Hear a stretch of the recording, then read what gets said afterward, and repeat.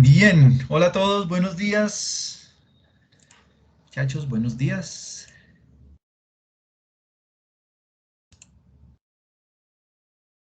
Buenos días, profe. Ok, perfecto, gracias por contestar. Buenos días, ¿cómo van? Espero que bien. Bueno, muchachos, pregunta, ustedes, de las personas que están acá conectadas de este grupo, ¿alguien está programado para la práctica del 8 de octubre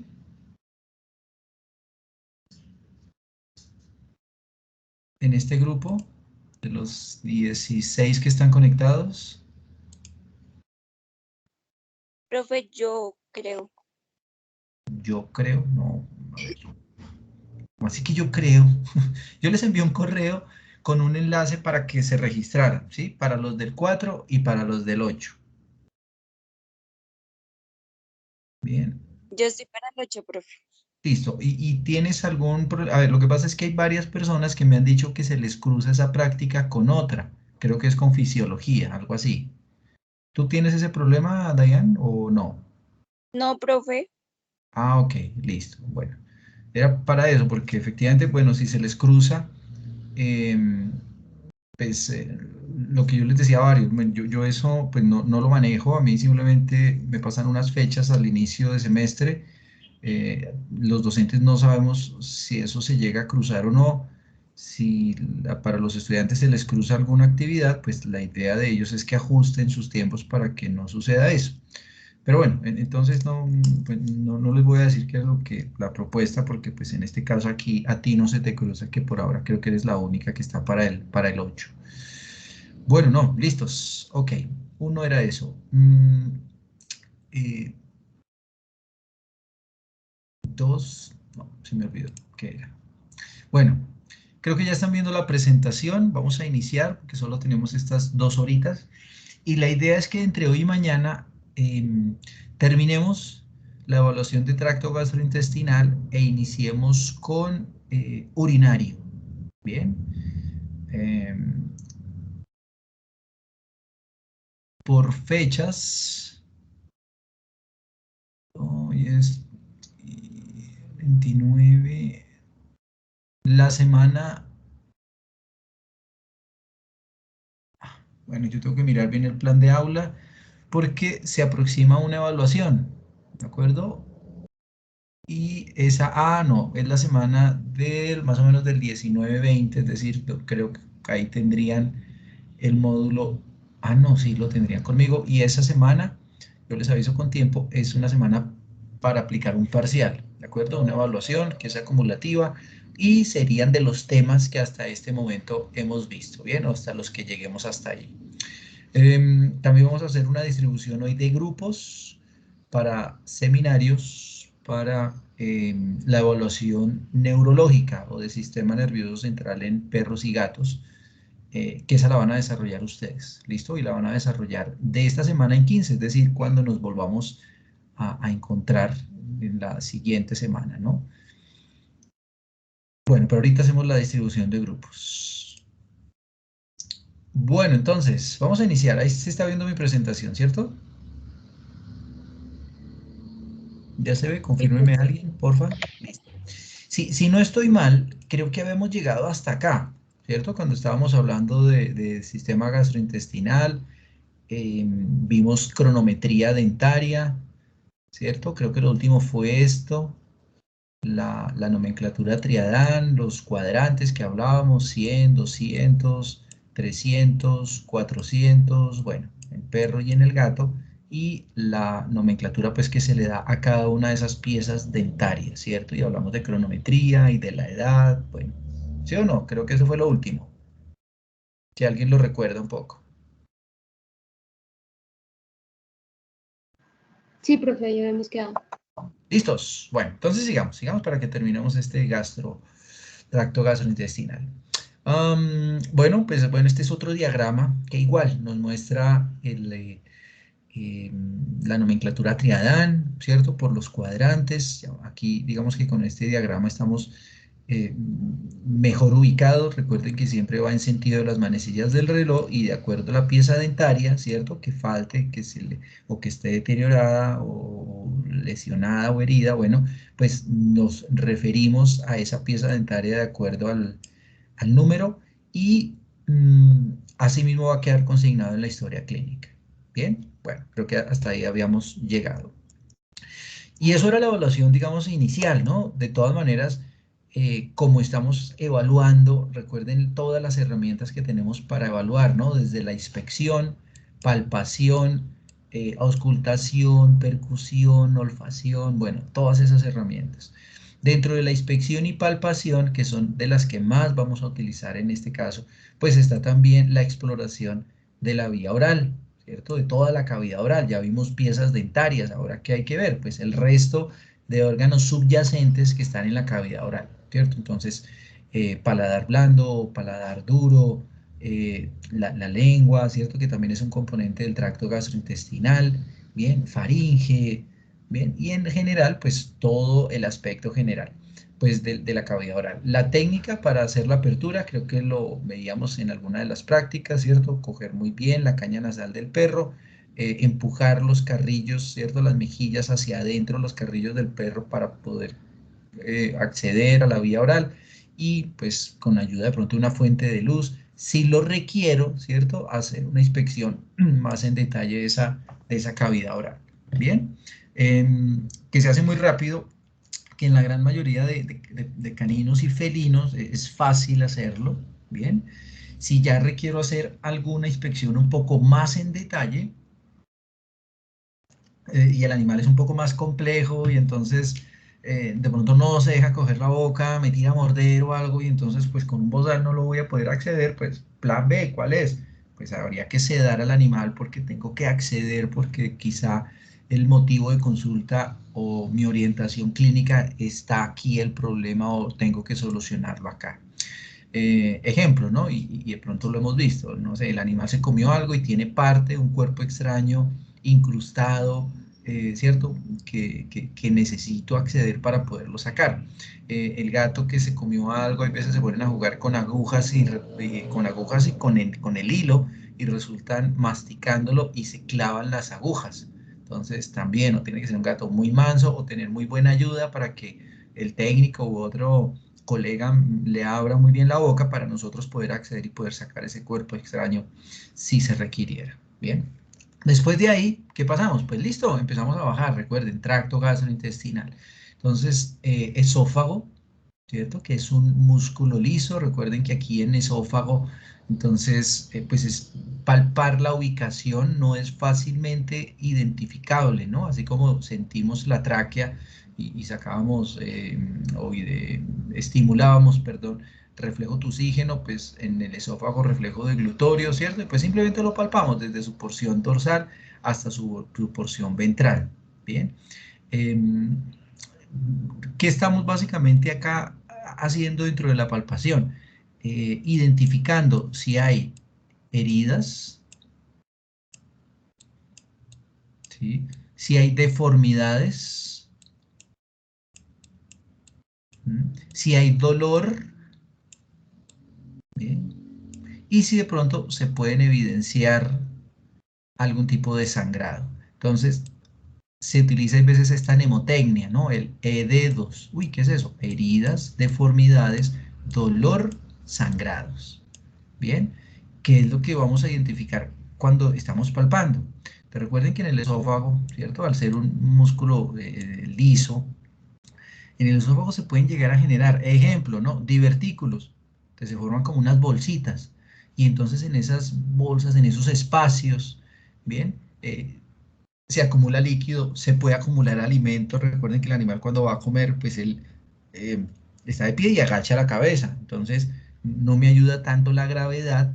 eh, Parte de la deglución que genera el animal del bolo alimenticio se puede quedar acá. Entonces, esos divertículos después con el tiempo, pues que me van a generar reflujo, bien, reflujo esofágico o gastroesofágico, me puede generar inflamación, ¿cierto? Porque es comida, se contamina, se infecta, una esofagitis, ¿cierto? Entonces se inflama toda la pared de la mucosa esofágica, ¿bien? Se pueden llegar a generar después megaesófagos, que de pronto ustedes han oído ese término, ¿cierto? Y es simplemente que se ensancha una parte del esófago, ¿bien? Y es supremamente complejo de manejar, entonces es más manejo mecánico pues del alimento, y entonces hay que darle al animal la comida así como está, es decir, siempre elevada y nunca en el piso, porque necesito que todo lo que coma baje por gravedad, porque si agacha la cabeza se me empieza a acumular acá, ¿bien? Entonces, bueno, hay un montón de alteraciones que yo puedo llegar a encontrar en el esófago, ¿bien? Y sigo, ¿cierto? Y sigo palpando, ¿bien? Ya después recuerden que el esófago atraviesa, ¿cierto? El tórax, entonces hay unos hiatos, que son los huequitos como por donde entran los orificios y después sale al abdomen. Y recuerden que hablábamos de un abdomen, o de mejor, de un tórax verdadero y un tórax falso, ¿no? Entonces, ¿cuál es el tórax verdadero? Pues donde están corazón, pulmones, pleura, bueno, todo eso que ya vimos, ¿cierto? Y la reja costal. Ah, pero es que resulta que aquí está el músculo diafragmático que me divide el tórax del abdomen y aquí alcanzan a ver, ¿cierto? Unas últimas costillas. Entonces, esas últimas costillas que ya hacen parte del abdomen es lo que denominamos tórax falso, ¿no? Digamos que a esta altura, ejemplo, estaría ya el músculo diafragmático. Entonces, alcanzan a ver parte de la reja costal con algunas vísceras intraabdominales. Bien. Eh, Recuerdan los cuadrantes, ¿cierto? Que los vimos de pronto en la parte práctica, ¿sí? ¿Quién me lo recuerda? Si esta es una vista ventrodorsal. ¿Cuáles son? Perdón. Mesogastrio y epigastrio. ¿Cuáles? Otra vez, perdón, que no oí. Mesogastrio, hipogastrio y epigastrio. Listo, mesogastrio, hipogastrio y el epigastrio. Listo, eso es de manera ventral, muy bien. ¿Y lateral? ¿Están los hipocondrios? Es que no Muy estoy bien, segura. el hipocondrios aquí a esta altura del epigastrio, muy bien. ¿Cuáles siguen?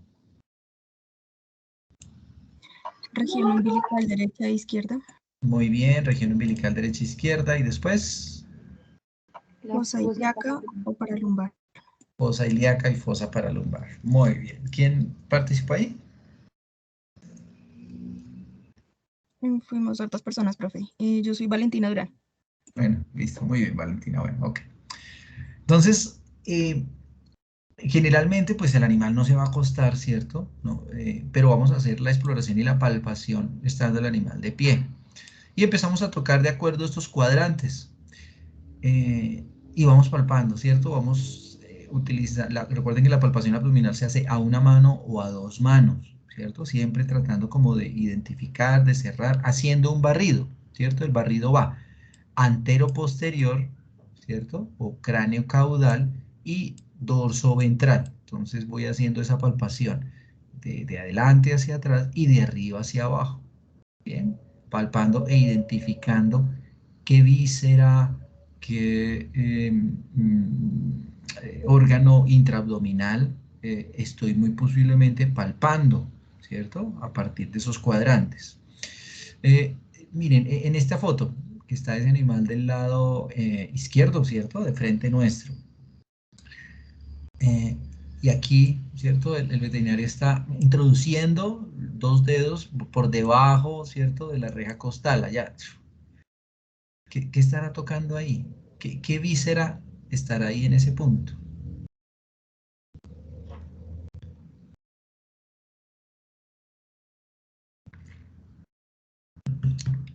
El ¿Qué vaso. habrá ahí? El vaso, muy bien, ¿cierto? Y estamos hablando de hipocondrio izquierdo. ¿Mm? Entonces, el vaso. ¿Mm? Y esta es una prueba muy común, ¿no? En el caso de las esplenomegalias, que es cuando se aumenta el tamaño del vaso, ¿cierto? Una esplenomegalia, pues dentro de la evaluación, como ya sabemos a qué altura está, hasta dónde va, ¿bien? Pues fácilmente yo puedo hacer este procedimiento, que ahí se ven los deditos allá metidos, ¿bien? Para identificar que si hay, recuerden, deformidades, dolor, bien, si hay alguna manifestación en ese punto que me pueda estar indicando que hay algo, ¿no? Que algo está afectado y en este caso, pues, obviamente digamos que está el vaso, bien. Pero aquí lo importante es palpar, ¿no? Palpar de manera adecuada, recuerden, antero-posterior y dorso-ventral. Entonces, esta es como una de las formas que se pueden hacer en animales grandes, ¿cierto? Y lo hacíamos creo que en la práctica, mano izquierda, mano derecha, como enfrentadas, y vamos simplemente haciendo un barrido.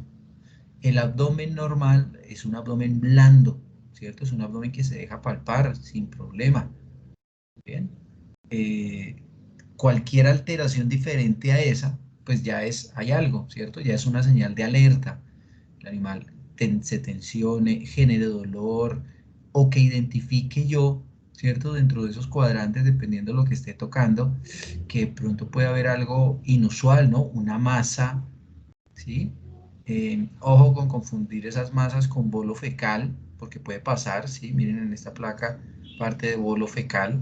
Bien, y uno puede decir, uy, tiene como una masa, tomémosle una radiografía. Y entonces voy y le tomo la radiografía y resulta que es bolo fecal ahí acumulado. Bien. Pero se pueden encontrar muchas otras más cosas, ¿no? Que puedan llegar a ser em, patognomónicas o que puedan llegar a ser una señal de que algo está pasando en tracto gastrointestinal. Eh, Miren, en esta radiografía, recuerden como esos principios básicos de radiología, ¿no? Hay, hay radiolucidez y hay radio opaco. Hay, bueno, zonas radiolúcidas y zonas radiopacas. Las zonas radiolúcidas son las que dejan pasar luz, es decir, lo que hay espacio, donde hay aire. Entonces se ven negritas, ¿listo? Se ven negras en una placa. Y todo lo que es blanco y tonalidades de blanco y de grises, ¿bien? Es lo que retienen la luz, ¿bien? O sea, el rayo. Entonces, pues las vértebras, las costillas, ¿cierto? El hueso generalmente se ve blanco. El hueso entre más grueso sea, ¿sí? Más sólido sea, pues lo vamos a ver más blanco. Entre más poroso sea, si tiene algún espacio dentro del hueso, pues lo veo uno con tonalidades un poquito así como de grises, ¿no? Así como se ven aquí las vértebras. Bueno, y en el caso de los intestinos, pues recuerden que hay partes sólidas, ¿cierto? Y hay partes huecas, obviamente, hay vísceras sólidas y vísceras huecas.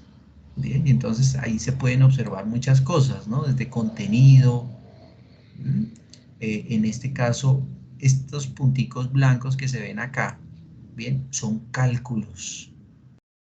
Bien, que se evidencian porque son piedras, ¿no? Es decir, son sustancias sólidas que no dejan pasar la luz, que la atrapan y se va a ver de esta forma. Bien, entonces importante que dentro de la palpación, bien, uno puede llegar perfectamente a identificar esto, ¿cierto? Es decir, bueno, ahí y ya de manera confirmatoria se toman las placas para identificar si sí hay o no. La palpación abdominal es supremamente importante, bien, porque es uno de los principales indicadores, bien, que me pueden llegar a decir el estado general de una enteritis, de una gastroenteritis, si de pronto puede haber alguna alteración morfofisiológica que quizá no se hubiese identificado previamente y aquí en la palpación sí, bien. Mm, cada una de las zonas, ¿no? Entonces el epigastrio, el mesogastrio, el hipogastrio. A ver, ¿esta qué zona sería dentro de los cuadrantes? Región umbilical izquierda. Muy bien, ¿cierto? Región umbilical izquierda, perfecto. ¿Esta cuál sería?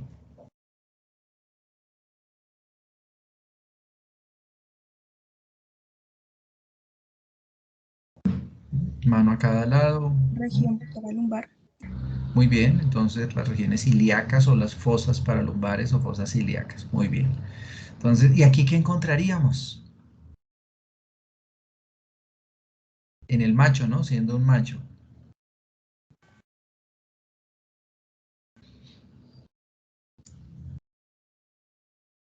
¿Qué se podrá sentir ahí? A ver, recuerden un poquito de anatomía. ¿Qué podremos sentir allá atrás? Profe, no sé si la, la próstata o la vejiga. Bueno, ok, listo. Vejiga si está desocupada se puede llegar a sentir, es decir, sabemos que está ahí. puede que no sea fácilmente identificable porque pues eso es una bolsa y recuerden que la vejiga tiene un epitelio muy delgadito, entonces es una bolsa muy delgadita, que no la podemos sentir, pero sabemos que está ahí. ¿Cuándo se siente? Cuando está pletórica, ¿cierto? Cuando está llena, pletórica, entonces ahí sí se siente mucho más. Decías próstata, bueno, glándula prostática, en el caso de que esté inflamada, ¿cierto? Que haya, no sé, bueno, una prostatitis producto de un tumor o que se inflamó producto, ¿cierto? Pues podríamos llegar quizá a sentir por palpación, ¿cierto? Esa masita ahí, ¿bien? Y asociar a que es próstata. Eh, Parte de intestino de colon, ¿bien? Se puede llegar a sentir, ¿cierto? De intestino grueso. En el caso de las hembras, pues se podría perfectamente, pues es una zona donde van a estar los cuernos uterinos, derecho o izquierdo, ¿cierto? Donde van a estar los ovarios. Vuelvo y digo, en condiciones normales no es fácilmente palpable, ¿bien? No, no es fácilmente, no, no se palpan. O sea, palparle un ovario a una hembra normal, eso es imposible. Ah, pero si de pronto, no sé, hay un tumor severo, hay un quiste ovárico grandísimo, ¿cierto? Uno lo puede llegar a palpar. Ven, hace muchos años, en una palpación abdominal externa, identificamos eso y era como una masa, y decíamos, pero será una masa, estará en vejiga o estará en el útero, y resultó, después de que se hizo la laparotomía exploratoria, es decir, que se fue a cirugía, encontramos que la masa era pegada a un ovario. Bien, pero entonces sentíamos la masa, pero pues obviamente no se podía identificar exactamente el punto anatómico. Pero pues eran órganos que estaban ahí, ¿no? En esa zona. ¿Listo? En el hipogastrio. Muy bien, muchachos. Entonces es simplemente como ubicarse. Ahora, recuerden que es todo, ¿no? El tracto gastrointestinal es el sistema más largo que hay, ¿sí o no? Porque desde la cola hasta la salida, pues hasta la salida del recto. Entonces, importante también esto, ¿no? Hacer una visualización de ese esfínter anal, ¿bien? Del recto, para que obviamente pues sepamos, ah, bueno, listo, hasta ahí fue, ¿bien? Y ahí digamos que terminaríamos. ¿Cómo se llama la inflamación del recto?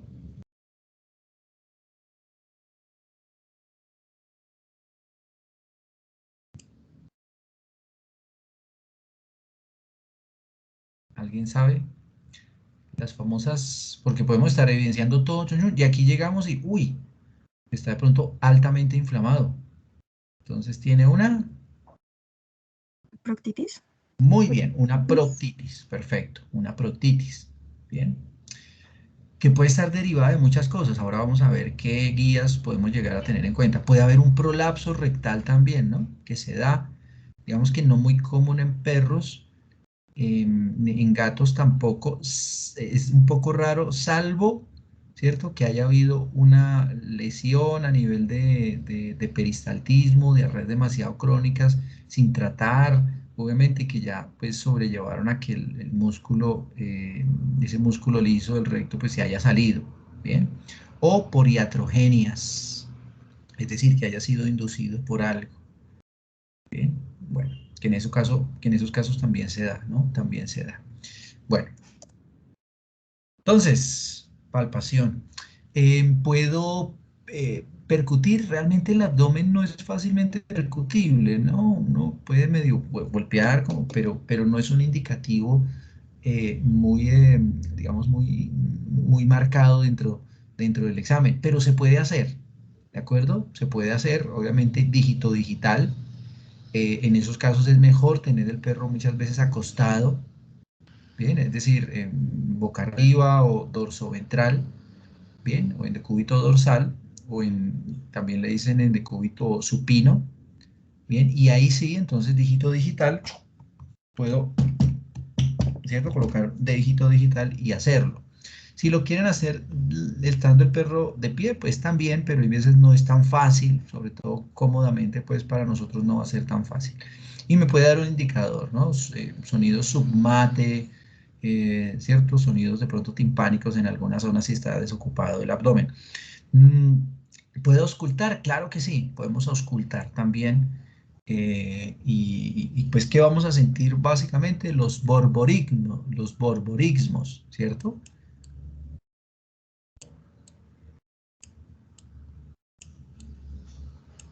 Creo que han oído el término.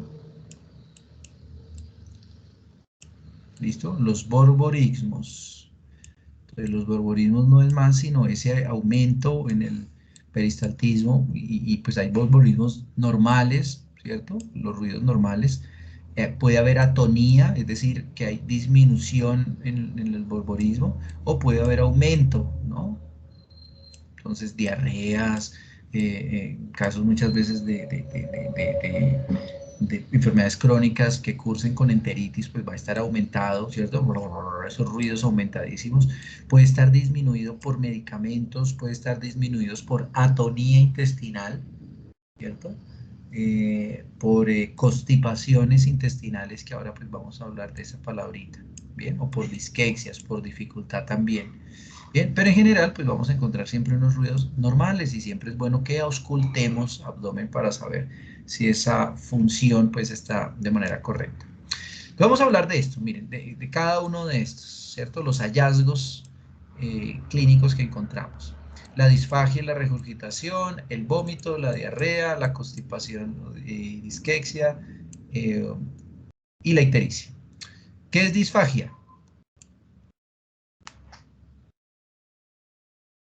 La dificultad al tragar o al comer. Listo, muy bien, la dificultad al tragar, al deglutir, ¿cierto? Entonces, si hay dificultad, hay que evaluar muy bien tracto gastrointestinal, a ver qué está pasando, a ver si será por qué el animal tiene esa dificultad.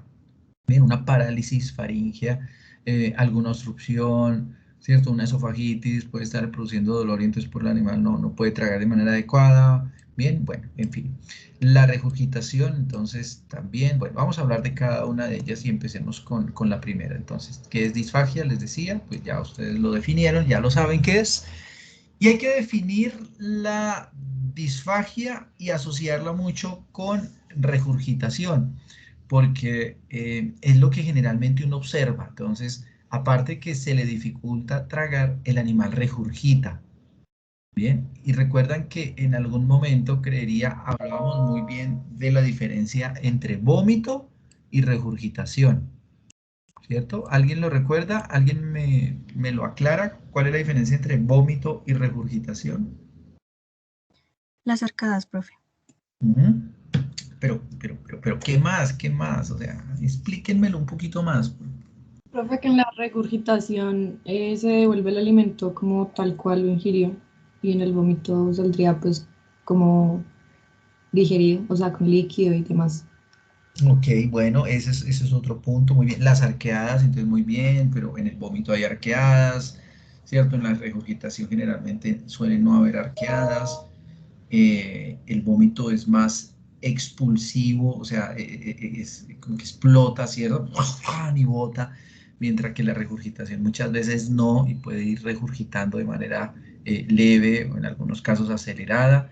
En, en animales grandes, ¿cómo se le llama la regurgitación? En rumiantes.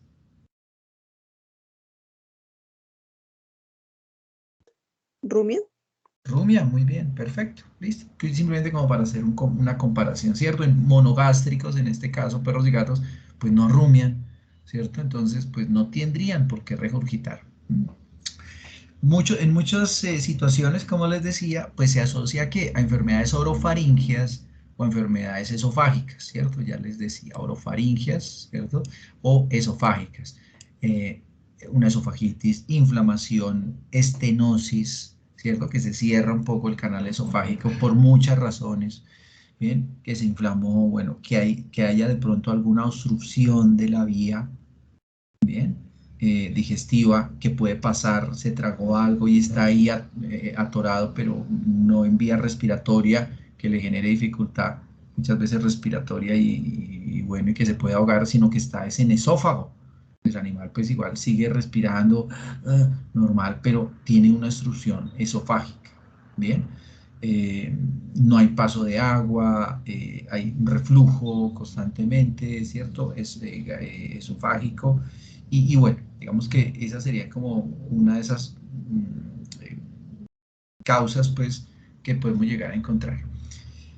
En el cuadrito, pues me muestra un poco ese esquema, ¿no? Dentro de la percepción o dentro de eso que propietario, el dueño, el tutor pues, del animal nos va a referir.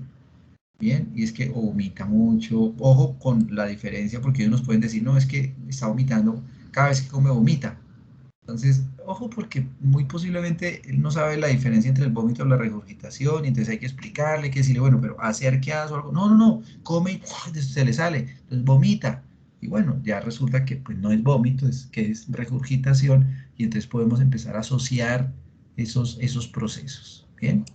Am, y de acuerdo pues a la signosintomatología que encontremos, pues lo podemos ir deduciendo a qué posiblemente pueda ser, ¿no? Entonces, si hay dificultad para tragar, pues puede haber un trastorno motor o una lesión local. Si hay regurgitación constante, pues puede ser un trastorno en el esfínter esofágico, ¿cierto? No se relaja, no deja pasar el alimento y por lo tanto, pues hay un tipo de trastorno que puede ser en la parte superior, ¿cierto? Del esófago o puede ser en la parte inferior, ya donde llega al otro esfínter que se comunica con el estómago, que es, ¿cuál es? ¿Cómo se llama este esfínter? ¿El qué?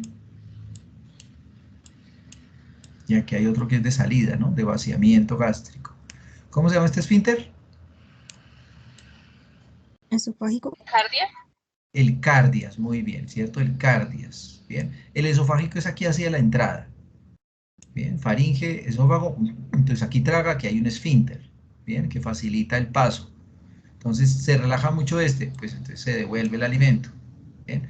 O este permanece cerrado o ahí, o simplemente está, bueno, relajado y entonces el contenido estomacal se devuelve, listo, bien. Y este otro esfínter, el de ya de la salida hacia el duodeno, ¿cómo se llama? El famoso. Ay, antes de que termine de escribirlo, Píloro.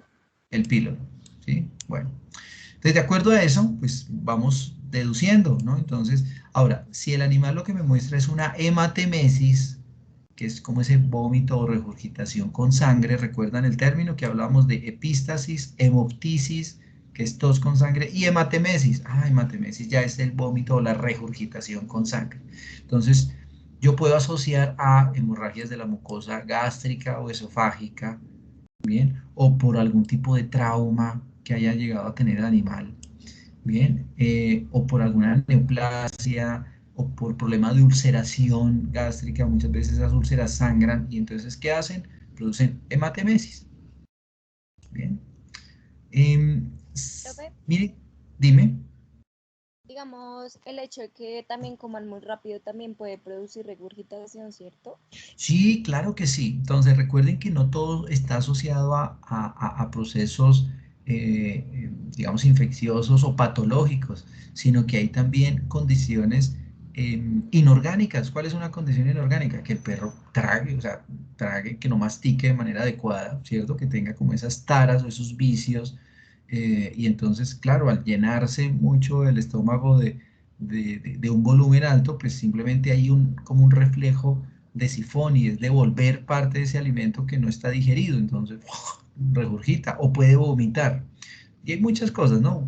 Fui comió pasto y al rato fui y vomitó. Listo, pues simplemente ahora que vamos a hablar de los vómitos, pues son vómitos generados más por este tipo de sustancias que generan eso. Recuerden que el vómito en principio no es que sea siempre patológico, es un mecanismo también de vaciar, ¿cierto? De manera en reversa, digámoslo así, el estómago, porque pues, el vaciado del estómago es hacia el intestino, no hacia la boca. Entonces hay una reversa ahí a partir de un estímulo que ahora lo vamos a ver que es nervioso y se llega a producir. Pero sí, efectivamente, bien, efectivamente. Puede haber estrés, ansiedad. Miren, los perros vomitan por todo, ¿cierto? Entonces, bueno, ahora lo vamos a ver un poco más en detalle. Hay que asociar los procesos, ¿no? Un perro con una neumonía, bien, eh, puede, puede llegar a manifestar reflujos y entonces secreción que uno puede empezar a asociar, pero ¿por qué esto? ¿De dónde viene? Y resulta que es un problema respiratorio, ¿bien? Que producto de una aspiración traqueal bien, contenido faríngeo, es decir, que se vaya por otro lado esas secreciones, pues puede llegar a generar eso y entonces hay en algunos casos algo de regurgitación o vómito, pero de una secreción, ¿cierto? Diferente o no asociada a un contenido gástrico, bien. Y la señal que uno puede encontrar es esta, ¿no? La aspiración laringotraqueal. Y entonces toses severas y resultan que, entonces entre más toses resultan vomitando, ¿cierto? O haciendo regurgitación. Y miren, y es por un problema respiratorio. Mm, si el motivo de consulta puede que sea este, no, mire, es que le está saliendo alimento, mire, de lo que comió como negruzco o café, un poco como café, como tipo concentrado, por los hollares, por la nariz. Bien, entonces ese puede ser el motivo de consulta. Y el signo o la evidencia es esa, entonces que haya reflujo alimenticio por la cavidad nasal. Bien, ¿y eso a qué nos puede estar asociando? Y es a que hay alguna alteración muchas veces mecánica, morfológica, que está evitando que no se cierre, que no haya un cierre de ese paso nasal durante la deglución y por lo tanto el animal pues lo devuelve por la nariz. Bien, las palatosquisis, recuerdan el paladar hendido que en algún momento hablábamos, también genera muchas veces eso, ¿no? Un reflujo del alimento. Bien, entonces, eh, causas de disfagia y causas de regurgitación, pues realmente hay muchas. Lo importante es irlas asociando de acuerdo a la manifestación que puede llegar a tener el animal, ¿bien? Y de ahí, pues, esa posible deducción clínica, ¿dónde puede estar el problema? Si será anterior, ¿bien? Si será hacia ya vías digestivas internas, medias, o si ya es hacia vías digestivas posteriores, ¿bien? ¿Dónde puede estar el problema? Bueno, a ver, estamos hablando de cada una de estas. Disfagia, regurgitación. Ahora hablemos de vómito. Vómito. Bien. Lo que les decía, ¿no? El vómito o la emesis, ¿cierto? Las emesis, y recuerden que por eso es que hablamos de los antieméticos. Bien, emesis es pues vómito. Eh, el vómito, básicamente, pues, ¿cómo lo podríamos definir? ¿Quién me podría definir qué es vómito?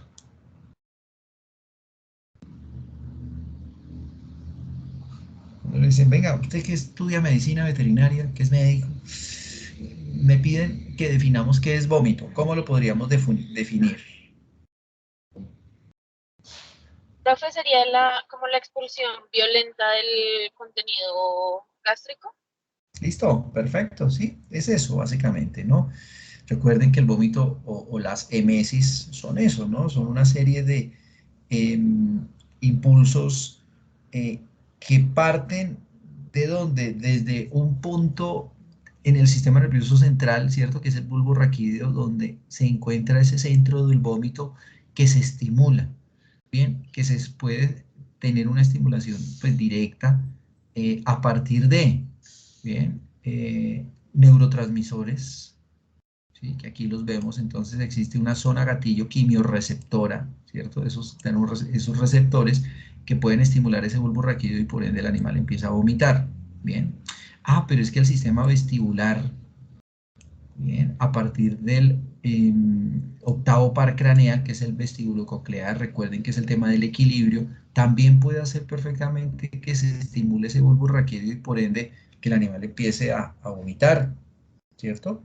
Recuerden que hay todo un mecanismo para expulsar esos líquidos o esos cuerpos que se han ingerido, ¿no? Entonces, pues hay en principio puede haber taquicardia, hay arqueadas, hay contracción de músculos torácicos para facilitar que el vaciado o el lavado gástrico, ¿cierto? El vaciado gástrico sobre todo. Y entonces se empieza a generar ese mecanismo. Bien.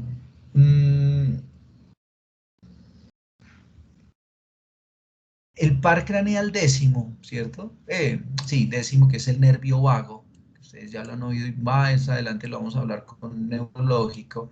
Bien, recuerden que tiene unas ramas entéricas. Bien. Y esas ramas entéricas parten inclusive desde la faringe. Cuando la faringe se irrita, bien, pues se estimula el nervio vago y puede perfectamente ese estímulo nervioso vagal entérico ser responsable de transmitir alteraciones en la mucosa gastrointestinal, y entonces estimulan el bulbo raquídeo y el animal empieza a vomitar. Bien. Recuerden el tema del vestíbulo coclear, que es el tema del mareo. Los animales pequeños también se marean y entonces hay una estimulación, ¿cierto? Hay ansiedad y hay salivación, y entonces son esos que nos dicen, no, es que cada vez que lo saco y en el carro y se me vomita. Bien, se estimula el bulbo raquídeo, ¿cierto? Centro regulador del vómito. ¿Desde dónde? Desde el sistema vestibular en este caso. Bien. El primero, antes de que se me olvide, esta zona gatillo, recuerden que está en el cuarto ventrículo del cerebro. Bien, ahí es donde están esos quimiorreceptores que accionan una serie de sustancias, ¿cierto? Que están acá, dopamina, serotonina, opioides, acetilcolina, que están en la sangre, bien, que atraviesan la barrera hematoencefálica, y entonces a partir de ahí estas sustancias pueden originar estimulación, bien, activación, y todos ellos pues a nivel de bulbo raquídeo. Muchos de estos mecanismos, bien, pueden ser también generados, ¿no? Es decir, ejemplo, bueno, y lo veremos un poco más adelante, el sistema nervioso, sobre todo el parasimpático, es el que induce al incremento en la salivación, ¿bien? Como mecanismo de acción. ¿Bien? Entonces empieza el animal a salivar. Después empieza a ver que una peristalsis a la inversa, ¿cierto? La peristalsis pues va desde la boca, es hacia el ano, y no, aquí hay una peristalsis inversa, ¿bien? ¿Desde dónde parte? Básicamente parte desde la zona media del intestino delgado, ¿bien? Desde ahí parte, entonces empieza a haber unos movimientos, ¿cierto? Peristálticos hacia la boca. ¿Con qué fin? Con el fin de invertir todo el contenido intestinal a través del esfínter pilórico, que ya se relajó.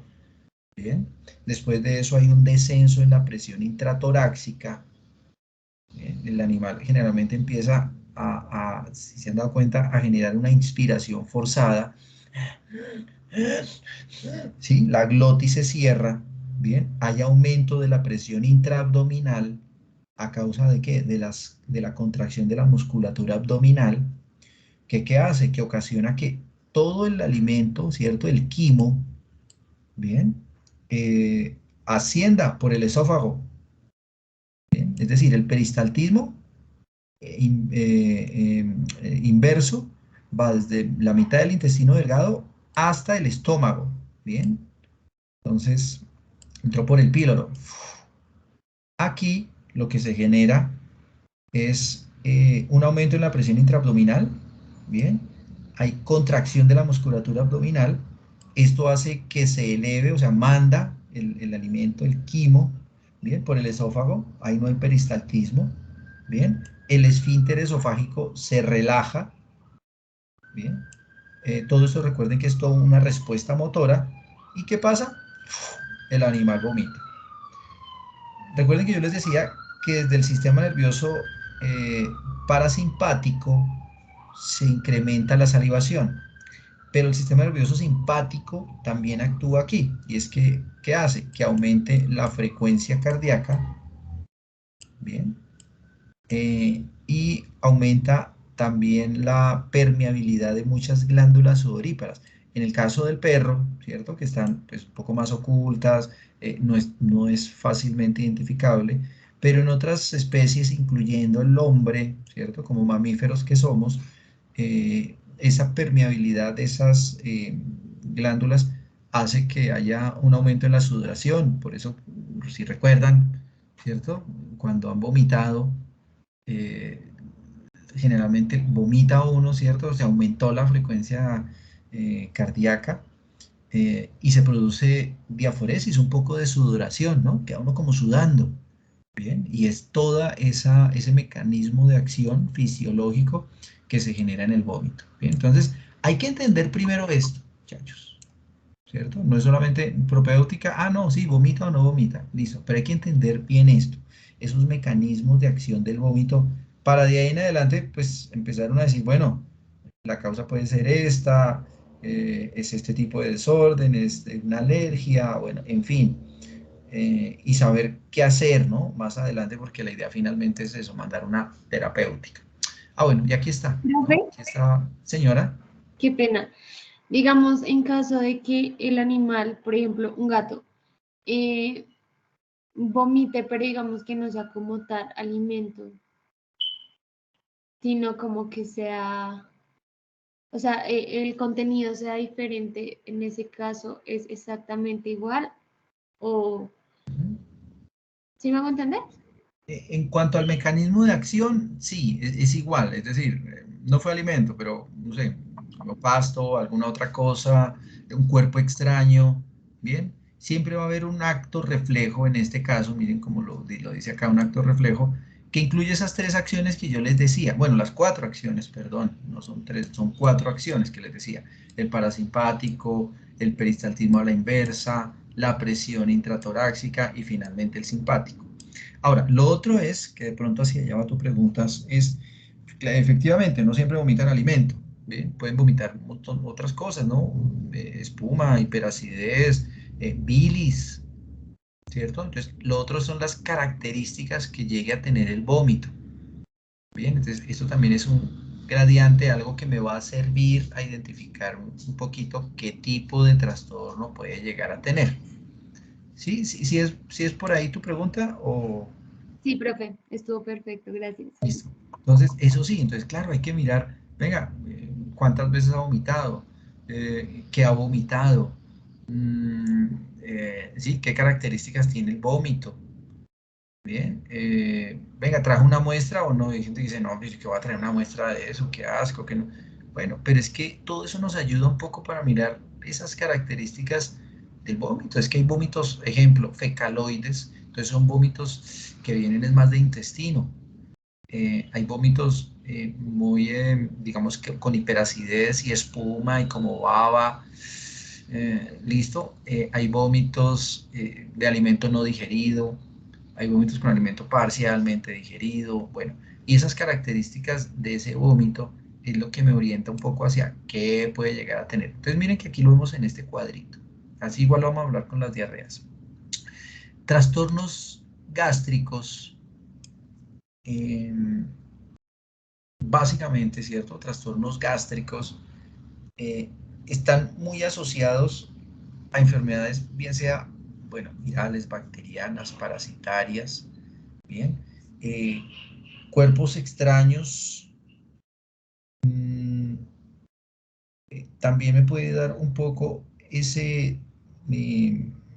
esa guía, ¿no? Para saber qué puede estar pasando sobre el animal. Ahora, si bien hay unas características propias del vómito, ¿bien?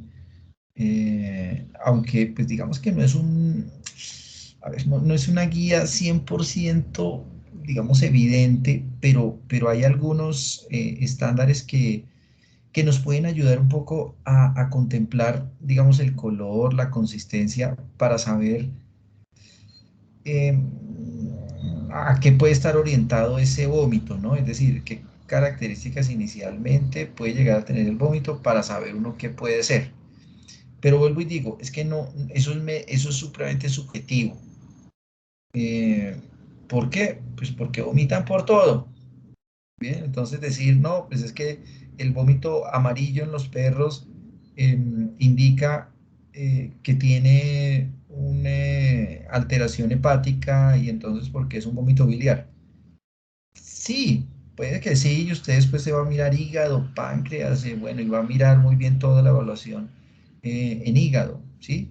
Y no está mal, pero hay veces también puede indicar inanición, es decir, que el perro o el gato no ha comido, el estómago está vacío, ¿cierto? Y fisiológicamente se generó un vómito y entonces, pues, salió con algo de bilis, pero no necesariamente tenga un problema hepático.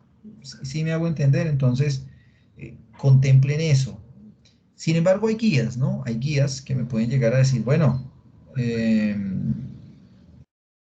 si el vómito es lo que les decía, si es muy oscuro, si es negro, si es como si fuera café digerido, café molido, bien, pues son vómitos muchas veces de tipo fecaloide, y en ese caso pues uno puede asociar que la lesión puede estar hacia la porción anterior del intestino delgado, ¿no? Entonces, duodeno, básicamente, y entonces ya uno dice, bueno, algo puede estar pasando es ahí, en duodeno. ¿Mm? Ejemplo, vómito verdoso, ¿cierto? Entonces, vómito verdoso, ¿qué me indica? Pues me puede indicar muchas cosas. O que comió pasto, ejemplo, ¿bien? O simplemente que puede haber inclusive mezcla de bilis con algo de ingesta de pasto. Si hay una gastritis, muchas veces ya de tiempo, hay veces tiende a hacer el vómito un poquito verdoso, o algo que accidentalmente se comió y por eso salía así verde. Bien, entonces vuelvo y digo, no siempre es muy marcado. Cuando son vómitos marrones, bueno, lo que les decía, son problemas gástricos, hay veces hay perros que hacen coprofagia, que consumen popó de ellos mismos, o coprofagia interespecífica, es decir, popó de otros animales o de otras especies o de otros perros, que puede dar vómitos con ese color, ¿no? Un poco marrones. Em, Cuando son Profe, qué vómitos pena. blanquecinos, dime. Con respecto a lo que dices, de que los animales consumen pues heces de otros animales, he escuchado mucho que lo relacionan mucho con falta de vitaminas. ¿Eso qué tan cierto puede llegar a ser? A ver, mira, es que la coprofagia, bien, hay que evaluarla clínicamente y hay que evaluarla comportamentalmente. Bien, yo siempre he dicho. Desde un factor clínico, ven, hay que mirar si la coprofagia, que en general recuerden que es simplemente un comportamiento que en algunas especies, ejemplo, de las más cercanas, los conejos hacen autocoprofagia y es normal, ¿bien? Y es normal. Ellos hacen una selección y vuelven e ingieren parte de la materia fecal, ¿bien? Que no se digirió completamente para, para redigerirla, ¿de acuerdo? Y es porque todavía les puede dar algunos aportes desde el punto de vista nutricional. Entonces, a partir de ahí, se ha establecido que las coprofagias pues tienen una intención más de carencia de algo, ¿bien? Alimenticia, nutricional, ¿bien? Y por eso acceden nuevamente porque pues finalmente la materia fecal que sale es ¿qué? Pues fue el alimento eh, no digerido también, pero que además tiene toda una serie de compuestos ya de desecho, que son los que le pueden producir el daño a los animales. Entonces, por ahí es que en muchas condiciones se ha asociado a eso, a enfermedades carenciales. Entonces dicen, no, mire, carece de esto, se indaga muy bien clínicamente y resultó siendo una enfermedad carencial, ¿sí? Nutricional. Entonces envían suplementos multivitamínicos, bueno, en fin, o oligoelementos, o hacen cambios de alimento y se empieza a mejorar. Y uno dice, ah, bueno, listo, fue carencial. Pero tiene otros orígenes también, ¿bien? Puede llegar a tener otros orígenes. Entonces es ahí donde uno también tiene que entrar a mirar el tema de clínica de comportamiento. ¿Por qué? Porque hay animales que derivan eh, comportamientos no adecuados, ¿cierto? Indeseados, porque pues no es nada deseado que el perro o el gato esté comiéndose el popó. Eh, y que en algunos casos hay veterinarios que no lo logran identificar y entonces para ellos siempre es carencia de nutricional. Ah, es que está comiendo el popó. Ah, dele esta vitamina. Venga, haga una buena evaluación. Indague primero, ¿cierto? Antes de estar muchas veces sobre alimentando o sobre suplementando.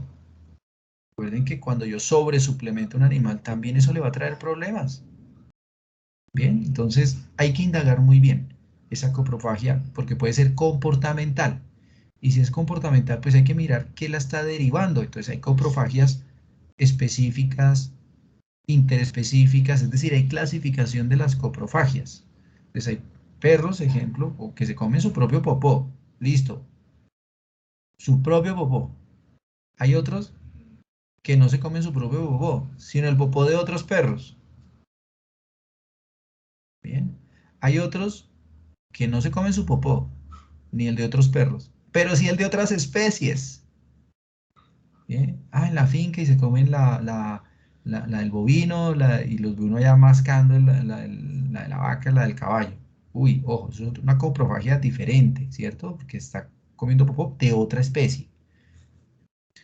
Hay otra que es de las más complejas y más difíciles de manejar, y es que materia fecal de humano, pues también de otra especie, y entonces está tragando perdón, sí, se está comiendo la materia fecal toda la que encuentre por ahí por la calle se la come, incluyendo la del humano.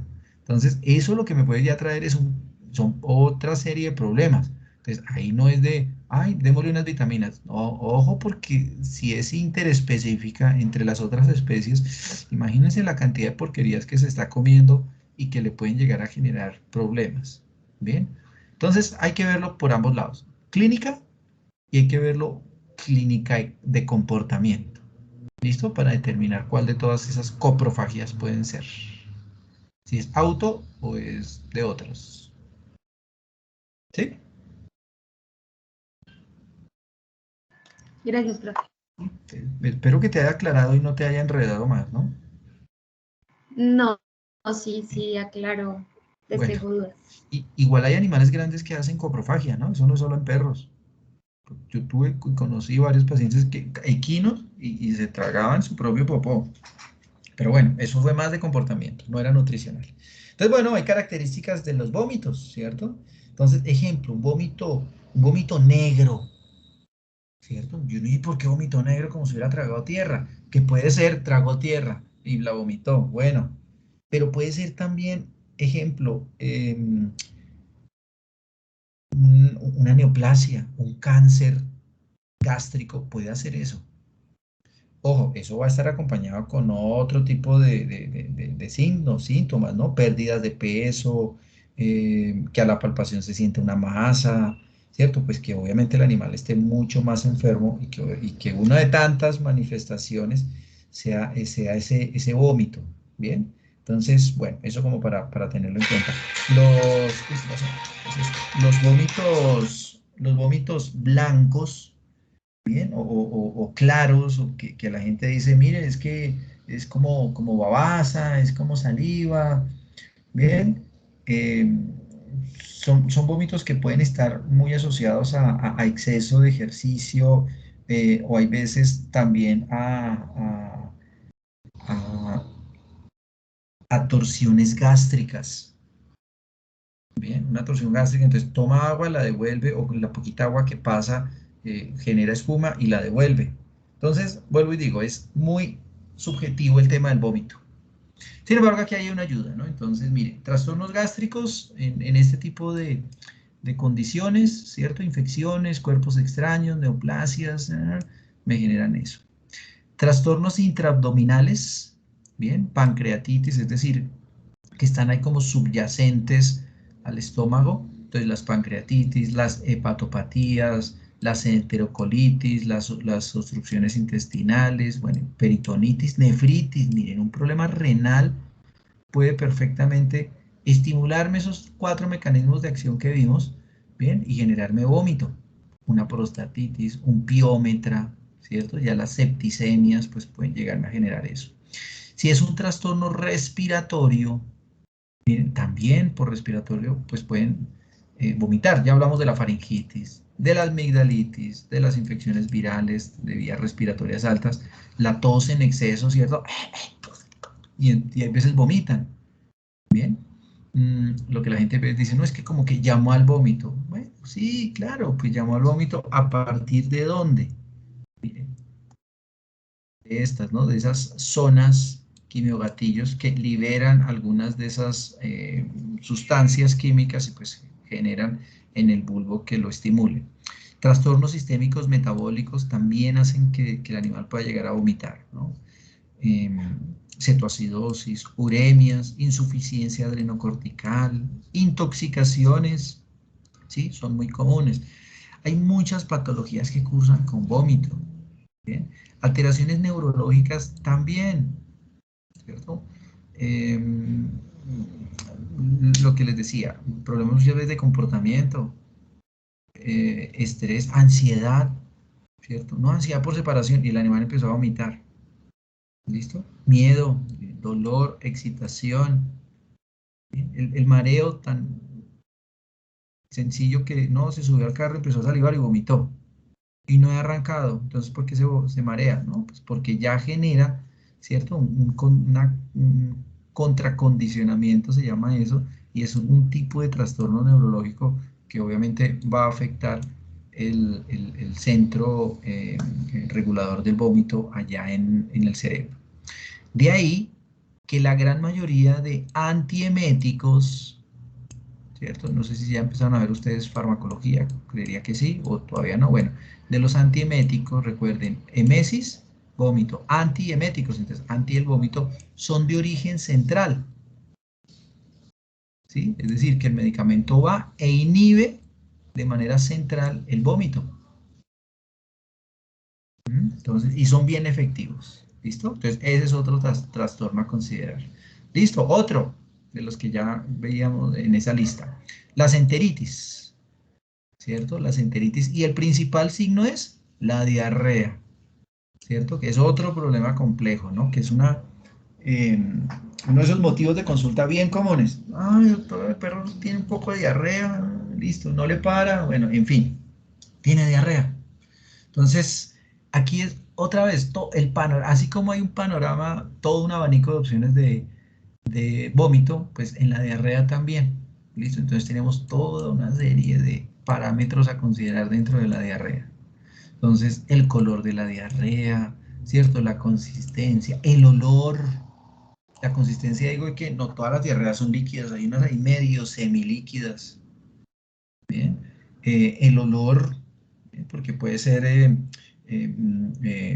putrefacto, puede ser fétido, bien, entonces también me da un indicador de qué puede estar pasando, bien. Al igual que con el vómito, pues digamos muy similar, ¿no? Si hablamos del color de la diarrea, pues las diarreas, hay diarreas a veces verdosas, bien, y están muy asociadas, puede estar, ejemplo, una salmonelosis en un canino puede darme una diarrea verde. Pero si hay un problema muchas veces de comportamiento en el que me genera un nivel de estrés muy alto y cortisol en sangre, me generan diarreas verdes, a veces. Las diarreas claras, bien, como un poco blancuzcas, son diarreas muchas veces que están asociadas con problemas hepáticos, bien, con exceso de grasa, entonces son heces que uno ve como brillantes, bien, y blancuzcas. Recuerden que pueden haber alteraciones también de páncreas, la bilirrubina, el color que se le da a las heces, pues puede estar fallando, ¿cierto? El urobirinógeno, y entonces no salen las heces muy oscuras, sino secocólicas, bien claritas. Bien, en animales adultos viejitos hay veces pasa eso, pero ya por desgaste. Si hay heces rojas, bien, o rojizas, o con sangre, ¿cierto? Que serían hemorrágicas, pero recuerden aquí, miren, es preguntar muy bien, ¿no? Venga, la sangre es al principio, después viene el color normal de la materia fecal, o es al contrario, no, viene la materia fecal y entonces al final viene como unas pinticas de sangre. O no, es durante toda la materia fecal que viene con sangre. Entonces, todos esos son indicadores, ¿sí? Todos esos son indicadores. que me pueden decir dónde posiblemente puede llegar a estar el daño, ¿no? O si hay una úlcera, si hay colitis ulcerativas. Cuando hay colitis ulcerativas, generalmente pues, sale a veces primero sangre y después sale las heces normales. Uno, el problema está es por allá atrás, ¿cierto? En el intestino grueso. Ah, no, pero si sale o constante la sangre, uno dice, uy, está en intestino delgado. Bien, ahora vamos a ver ese cuadrito que me indican a qué altura puede llegar a estar la alteración. Bien, o con moco, ¿cierto? Alguien puede decir, no, pero ¿y cuando es con moco? Pues igual, cuando es con moco, pues ya vamos a ver hacia dónde estaría orientado. Y en ese orden de ideas, pues entonces vamos a hablar de esto, de las diarreas de comienzo agudo, las diarreas osmóticas, las diarreas con permeabilidad anormal, diarreas secretoras, ¿bien? Y diarreas por motilidad anormal. ¿Bien? Entonces, bueno, dentro de la clasificación de esas diarreas, lo que les decía, ¿no? Pueden venir o de intestino delgado o de intestino grueso, o de ambos lados. Entonces, miren las características.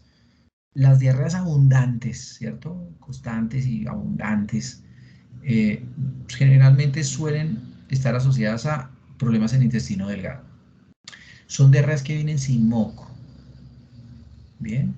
Son diarreas oscuras donde se observa sangre digerida, es decir, pues ya no son rojas, sino son como un marrón bien oscuro o negruzcas, ¿sí? Digerida ya, y esa es lo que se le denomina melena. Bien, y a veces son explosivas, como que escupiera por el recto, y negras, y uno, uy, ¿qué es eso? Sangre, ¿cierto? Melena. Y están asociadas a intestino delgado. Hay una pérdida de peso marcada, entonces el perro lleva día y medio con diarrea y uno ya lo ve súper flaco, y miren cómo se bajó, miren cómo, bien, deshidrata muy rápido. Hay flatulencias, hay borborignos aumentados, ¿cierto? A la auscultación y... Bien. Hay esteatorrea. ¿Qué es esteatorrea?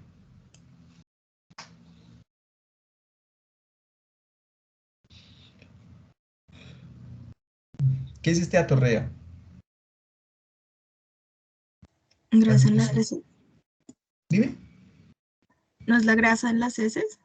Exacto, ¿cierto? Que como una aproximación un poco a eso, ¿no? Como que las vemos muy brillantes y como que uno, ¿y qué es eso? Como si, exacto, como si fuera manteca que sale ahí, ¿de acuerdo? Hay alimento sin digerir, ¿sí? Pasa derecho desde estómago a intestino y no se absorbe. Pueden encontrarse animales con ascitis, todos sabemos ya lo que es ascitis, inclusive con edemas. Entonces, esas características de una diarrea de intestino delgado. Y cuando son de intestino grueso, ¿qué vamos a encontrar? Entonces, pues, no son tan abundantes en cantidad, sino son volúmenes pequeños, pero son muy seguidos. Hay disquesia y hay tenesmo, entonces hay dificultad. El perro se queda ahí como encorvado, o el gato, ¿cierto? Ahí encorvado, como tratando de hacer y como que no le sale nada y uno no, pero ahí tiene, entonces está con tenesmo, ¿cierto? Uy, me quedó hasta bonito. Con tenesmo abdominal, ¿cierto? Con tenesmo intestinal y no le sale nada, hay disquesia, hay dificultad, ¿bien? Hay presencia de moco y entonces ahí donde dice, ¿sale con moco? Sí, que todo el mundo, esos son parásitos. Ojo, no siempre. ¿Listo? Hay que hacer una mejor evaluación. Podemos encontrar las heces más coloreadas, es decir, si hay sangre, si hay heces hemorrágica, pues se ven las pintas de sangre. Los hilos hay veces de sangre. ¿Bien? Pero el animal no pierde peso. Eso es muy característico. Y uno dice, no, ha tenido diarrea 2 días y uno y sigue animado. No, él sigue animado y como que come, listo. O sea, hay menor compromiso, ¿cierto? Porque el animal no baja, pues fisiológico, el animal no baja de peso, pero igual hay que tratarlo, ¿no? Y entonces ya nos guiamos a que es una diarrea de intestino grueso. ¿Se pueden combinar? Sí, que alguien me podría decir, bueno, y sale con moco y después hay veces hay borborismos y hay y con y sin, pues entonces es una diarrea compleja porque es de intestino grueso e intestino delgado. Bien. Las diarreas agudas, ojo, las diarreas agudas son esas diarreas que aparecen intempestivamente y son varias, ¿no? 2 o 3 y no bajaron durante el día y es donde uno dice, uy, es una diarrea aguda y al otro día a veces ya disminuye, ¿no? Tuvo un proceso pues de agudez diarreico. ¿Mm? La otra diarrea que encontramos es esta, la diarrea secretora. Bien, diarrea secretora. Entonces su propia palabra como que lo dice, ¿no? ¿Y qué pasa aquí? Miren, este es un diagrama del lumen intestinal. En las diarreas secretoras, básicamente lo que se produce es por una secreción activa, ¿bien? De electrolitos de agua hacia la luz intestinal, ¿bien? Y lo que hace es sobrecargar tanto, ¿bien?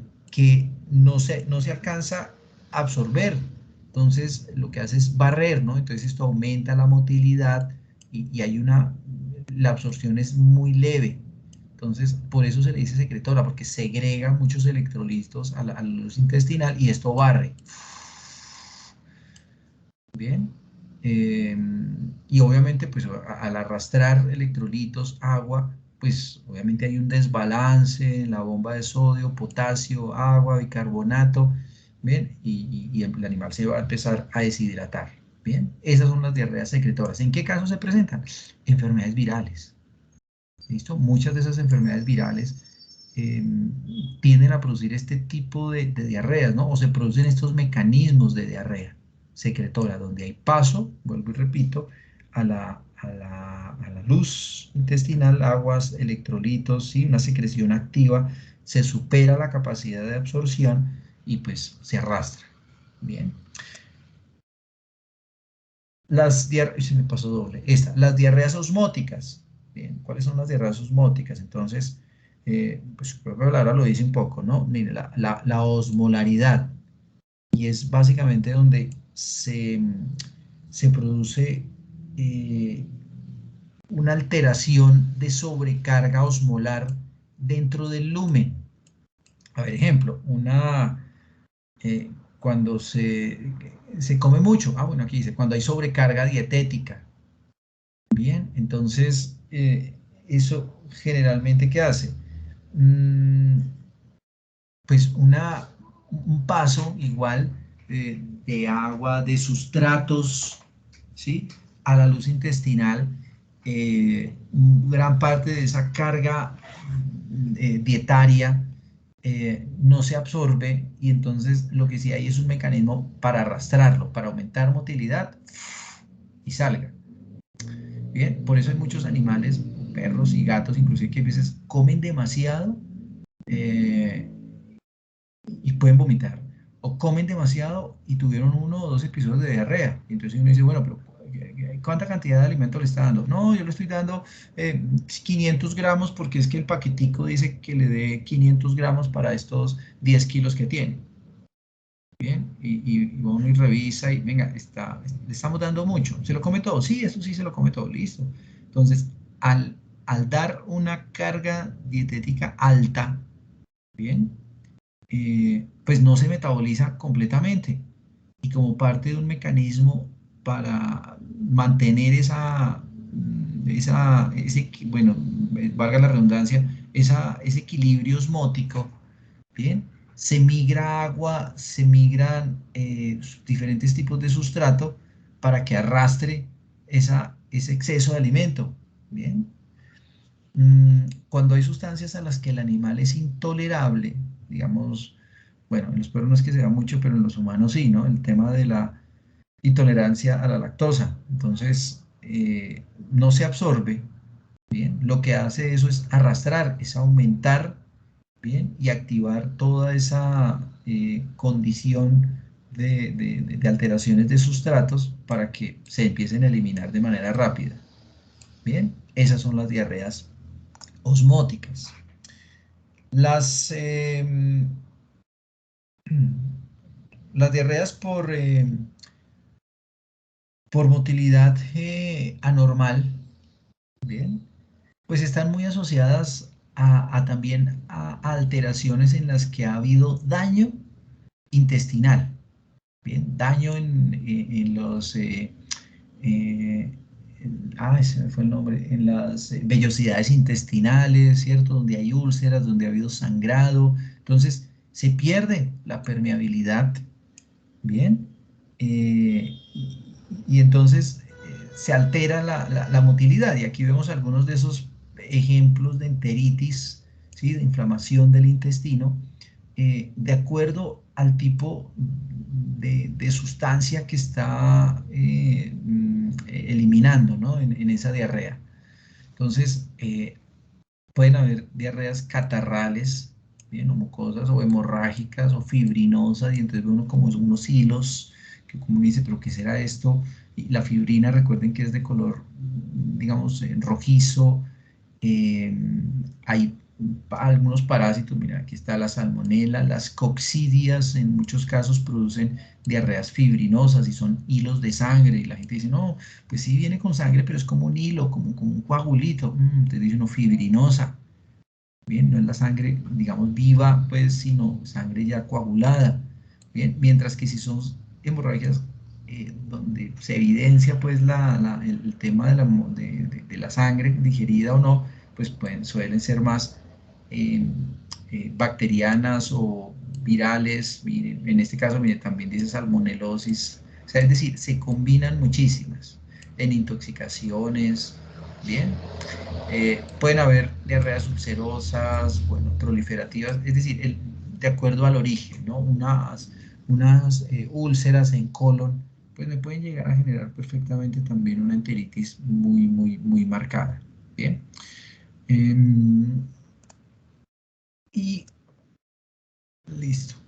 Las diarreas por motilidad anormal, ¿bien? Pueden tener muchos orígenes. Ejemplo, ¿no? El exceso de agua muchas veces aumenta un poco la motilidad intestinal. Medicamentos, bien, hay medicamentos, no, le enviamos esto, pero eso aumenta el peristaltismo, entonces puede haber 1 o 2 episodios de diarrea en el animal, bien.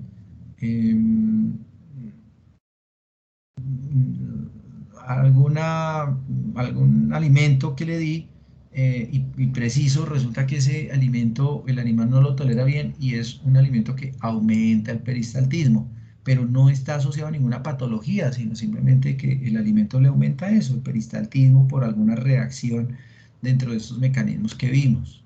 Bien. Otro tipo de diarrea por motilidad normal es esta, segmentaria. O sea, el peristaltismo es simplemente que me aumenta el tono intestinal, y mueve, mueve, mueve y me va arrastrando, listo, y no está asociada a nada, y sale negativa parásitos, negativa, y el animal no tiene fiebre, no está alterado, no le duele, pero aumentó el peristaltismo. Otra puede ser segmentaria.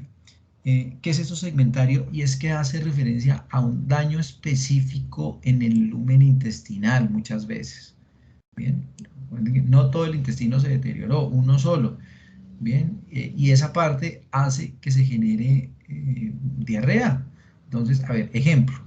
¿Ustedes han oído de la famosa intususcepción?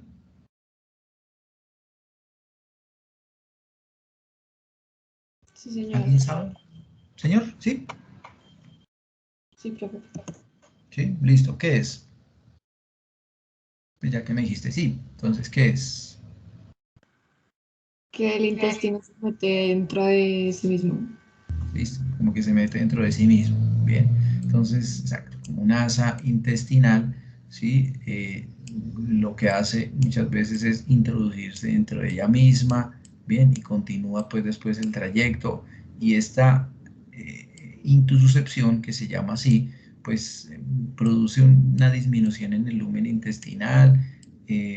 Comprimir parte de esta mucosa pues le genera isquemia, puede producir necrosis, deterioro de esa parte de la víscera, bien, y esto se produce muchas veces por aumento en el peristaltismo, y a eso hace referencia el tema de la segmentación, ¿no? Entonces, un área específica, una torsión, ¿cierto? Una torsión intestinal, ¿cierto? Entonces el intestino giró, ¿cierto? Giró sobre su propio eje, giró 180 grados. Entonces esas torsiones pues son segmentarias y puede llegar a producir obviamente diarreas por motilidad anormal, ¿no? Entonces hasta aquí llega el peristaltismo, se frenó acá y aquí como que continúa así, ¿no?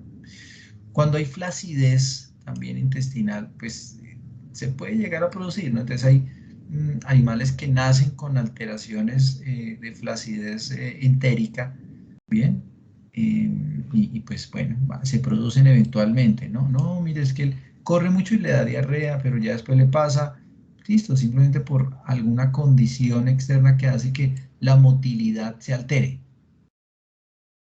Bien, entonces, miren todas esas causas de esas diarreas. Bien, bueno, y aquí está. Y aquí está pues dentro del marco de la fisiología de la motilidad normal, ¿no? Entonces, obviamente alteraciones sobre todo más externas. Bien, entonces, bueno, aquí está estrés, la liberación de adrenalina, de norepinefrina, que son sustancias obviamente que me activan gran parte de ese mecanismo de respuesta, aumenta la motilidad, hay disminución en la absorción de agua y electrolitos, pero sí hay un paso alto hacia el lumen intestinal y entonces se producen las diarreas. Entonces vean lo complejo, ¿cierto? Que es manejar esas diarreas. Pregunta. A ver, aquí tenemos el animal, el gato o el perro. Bueno. Uy. Bueno, ahí está. Tórax. ¿Recuerdan? A ver. Desde este punto de vista de equilibrio ácido-base, cuando el animal vomita en exceso, ¿qué se produce? ¿Acidosis o alcalosis metabólica?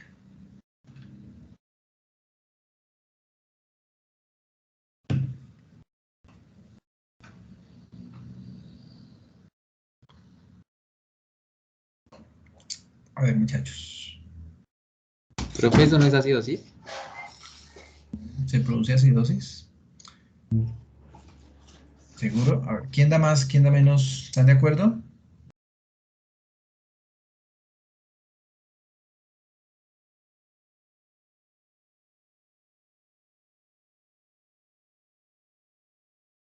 ¿Todos están de acuerdo?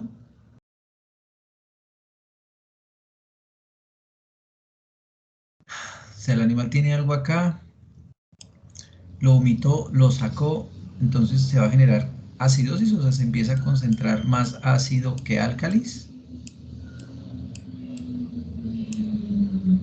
No sería alcalosis, ¿no? Sería alcalosis, muy bien. ¿Por qué? Porque se está eliminando el ácido, o sea, lo está sacando, el ácido está disminuyendo. Bien, entonces al disminuir empieza a aumentar son los niveles de álcalis. Bien, y por eso es, digamos que se producen esas alcalosis metabólicas. Ahora, cuando hay diarreas, se pierden más álcalis. Por lo tanto, ¿qué es lo que más se puede llegar a generar? Acidosis metabólica, porque se están perdiendo los álcalis, ¿cierto? El bicarbonato se está perdiendo y se empiezan a concentrar más son los ácidos. Bien. De pronto, ¿por dónde estaba pensando quién? ¿Quién me dijo, no, pues es acidosis porque pues, entre más ácido, más vomita y entonces hay hiperacidez? Ojo, ojo con pensar de esa forma, muchachos. Recuerden que el pH del estómago de muchos animales, de muchos mamíferos, ¿qué pH tiene? ¿Ácido o alcalino o neutro?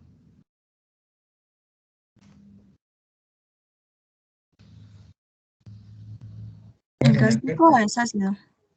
dime, es ácido, muy bien, ¿cierto? El pH generalmente gástrico es ácido. Bien, entonces, no es que se genere más acidez por el vómito. Bien, nada, simplemente hay un proceso, un pH de acidez que puede estar entre 1 y 2, imagínense lo ácido que es. Bien, y entonces pues simplemente hay salida y entonces empieza a bajar ese nivel de esos ácidos y pues por ende se concentran los álcalis. Miren, esto porque es importante, porque a partir de acá es que se toma la decisión de cómo voy a empezar a hacer la hidroterapia, qué es lo que le voy a empezar a suministrar al perro. ¿Será una solución, o al gato, o al animal? ¿Será una solución isotónica, hipertónica, hipotónica? Bueno, es decir, los sueros que le vamos a suministrar, lo que se le va a colocar, y es para eso, ojo, para empezar a jugar con esto. Bien, con esas acidosis y esas alcalosis metabólicas. Porque si cometemos un error, hay veces es peor, se deshidrató más rápido, pero ¿cómo así? Le estoy metiendo suero, pero más rápido se deshidrata. Claro, porque no tuve en cuenta esto. ¿Con qué se deshidrata más? ¿Con vómito o con diarrea? ¿Con diarrea? Con diarrea, ¿cierto? Las diarreas deshidratan, o sea, igual el vómito puede deshidratar, ¿cierto? Pero las diarreas deshidratan más rápido. Entonces, hay que jugar mucho con eso. Bueno, ese es un tema más que ustedes lo van a ver en su patología de correlación, bueno, o ya lo verían en fisiología, los temas de deshidratación, ¿bien? Pero bueno, por ahora acá, ojo, el tema de la diarrea. Entonces, indagar muy bien qué tipo de diarrea es, acordarse muy bien de la diarrea secretora, diarrea osmótica, diarrea por motilidad, porque muchas veces puede ser pasajera y no es tan peligrosa, ¿cierto? O si efectivamente pues hay que asociarla a algún problema complejo, ¿no? Algún problema complejo, como lo vemos acá. Miren. Las diarreas de intestino delgado, que son las de mayor consideración, ¿cierto? Pues pueden ser infecciosas, metabólicas, dietarias, ¿bien? Pueden ser también estructurales, ¿no? Es decir, asociadas a algún tipo de alteración mecánica.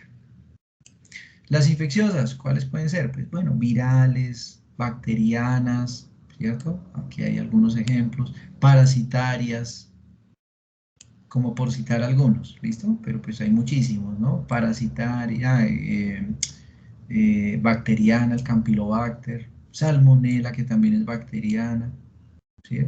Y todas son zoonóticas, ¿no? O sea, se nos prenden, o se las podemos nosotros prender al perro, ¿cierto? Y al gato, ojo con eso.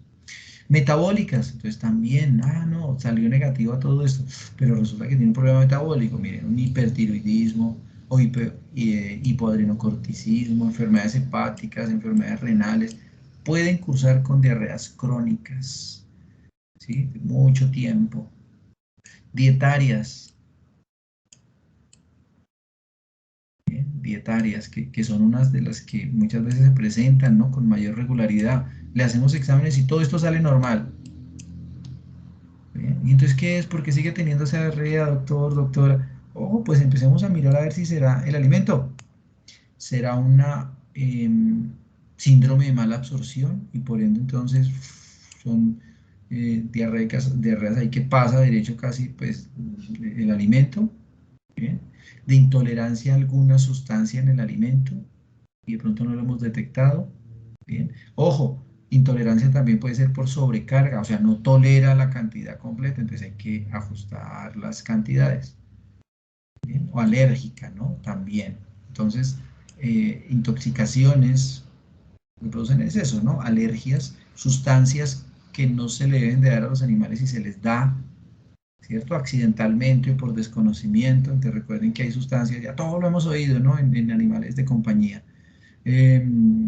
No les dé chocolate, no les dé auyama, no les dé cebolla, procure no darles ajo.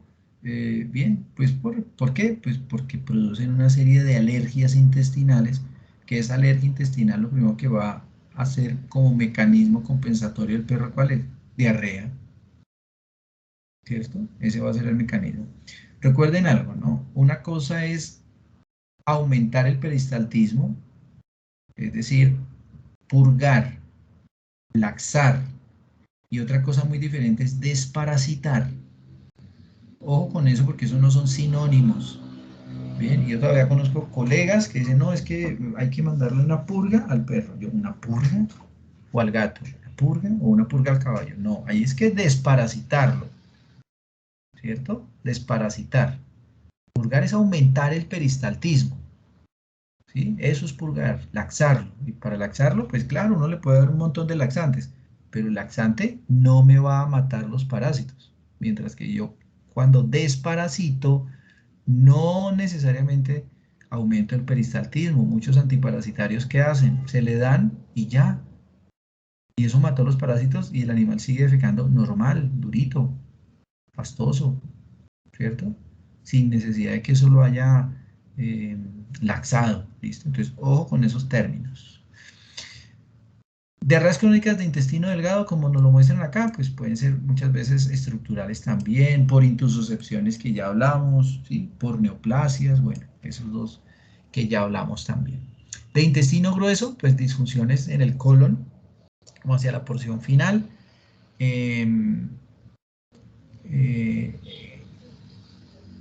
Ay, se me olvidó, bueno, colitis, ¿cierto? Colitis pseudomembranosas, colitis generadas por algún tipo de sustancia, una neoplasia me puede llegar a generar una colitis. Igual que en los vómitos, y ya con esto, bueno, no, todavía nos falta, creí que ya hemos acabado de tiempo.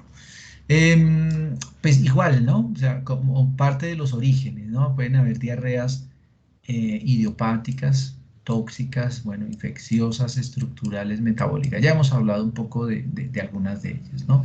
Si hablamos de las infecciosas, pues asociémoslo por cada especie, ¿cierto? Asociémoslos. Entonces, puede haber virales, si es un perro, pues virus de parvovirus o coronavirus. Si es un gato, entonces panleucopenia, calicivirus, felino, bueno, si son bacterianas, pues también. Bien, hay parásitos normales, pues digo yo normales en el sentido de que son los más comunes. Parasitología creo que ustedes ya vieron, ¿cierto? Nematodos, trematodos, algunos cestos, las tenias, bueno, y todo eso me puede llegar a producir diarreas de origen infecciosa. Las estructurales, pues ya las vimos, se torció el intestino, se metió dentro del mismo, listo. Las tóxicas, pues comió algo, ¿cierto? Basuras, algo que le hayan dado, o se intoxicó con algún alimento deteriorado, dañado, comió algo afuera, en la calle, ¿bien? O le dimos alimento y como que yo no me di cuenta y las croquetas, el balanceado, pues estaba pegado unas croquetas con otras, entonces tendrá un proceso de micotoxicosis, ¿bien? Por aflatoxinas que puedan haber ahí. Bueno, en fin, o lo envenenaron o me le dieron algo, ¿cierto? Diarreas tóxicas. Idiopáticas, que son muchas veces de esas enfermedades crónicas, hay veces que empiezan, obviamente, cursan y resultan largas y largas y largas y son subyacentes a otras enfermedades, ¿no? Entonces, pancreatitis, ¿cierto? Enfermedades renales, bueno, en fin, metabólicas, ¿cierto? Hepáticas, ahí están también las renales, bueno, en fin, esas como causas de diarreas. Bueno, vamos a alcanzar a terminar, sí. Vamos a hacer no alcancé hoy. Los temas que les había hecho neurológico lo vamos a hacer mañana. ¿Listo? Mañana hacemos eso, antes de que iniciemos la clase, dividimos eso. Bueno, ya para ir como medio terminando, dentro de todos esos hallazgos, entonces la constipación y la disquesia, ¿cierto? Entonces, constipación, ¿qué es? ¿Qué es constipación intestinal? Rápidamente. ¿Qué es constipación? Rápido. 5, 4, 3, 2, 1. ¿Nadie? Bueno, la constipación es el mismo sinónimo de estreñimiento. Bien, constipación o estreñimiento es lo mismo. Ojo con confundir constipación con un proceso respiratorio, eso no tiene nada que ver. Bien, que dicen, es como constipado y se tocan el pecho. La constipación es intestinal, ¿listo? No respiratoria. Y la constipación es eso. Bien, es cuando no hay un tránsito normal de la evacuación de las heces, de la materia fecal, cuando están estreñidos. Bien, y el animal, entonces lo que les decía, puede mostrar tenesmo, ¿no? Y se queda ahí, y como que no, y no le sale nada, bien, dentro de la constipación. Las constipaciones, pues también pueden llegar a tener varios orígenes, ¿no? Entonces, primero puede tener un origen neurogénico o mecánico o muscular. Uy, ¿cómo es eso? Miren, neurogénico. Bien, neurogénico. Y es que esté asociado a alguna neuropatía, bien, directa, que me esté alterando el vaciamiento intestinal en este caso. Entonces, miren lo que dice acá, corticales, dolor perirectal o perianal. Bien, entonces, afecciones muchas veces que mandan un mensaje desde el punto de vista pues, de sistema nervioso central y retrasa, bien, o cierra o endurece esos esfínteres rectales o perianales. Entonces, pues el animal se le va a dificultar muchísimo poder defecar. Bien, las alteraciones del sistema nervioso central, los traumas. ¿Listo? Un trauma raquídeo, pues ojo, recuerden que pues, hay toda una serie de sensores en la médula y si está afectada la médula raquídea, pues imagínense de ahí para abajo todas las funciones que puedan estar afectadas. Si hay un tumor también en esa zona, pues también se me puede llegar a afectar y es de origen neurogénico. Si hay una fractura, ojo, miren con esta fractura pelviana que me pueda comprimir un nervio espinal, ¿bien? Y ese nervio es el que me está facilitando o envía las señales para que haya un vaciamiento entérico pues, complejo.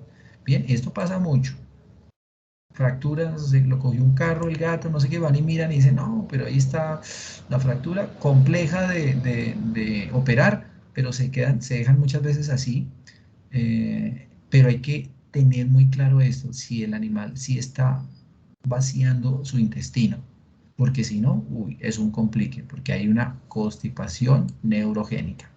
Si son mecánicas, bien, prostatitis, ejemplo, recuerden, miren, no sé si fue con ustedes que llevaron unos machos y les hicimos palpación rectal, ¿cierto? Con el dedo para mirar anillo prostático.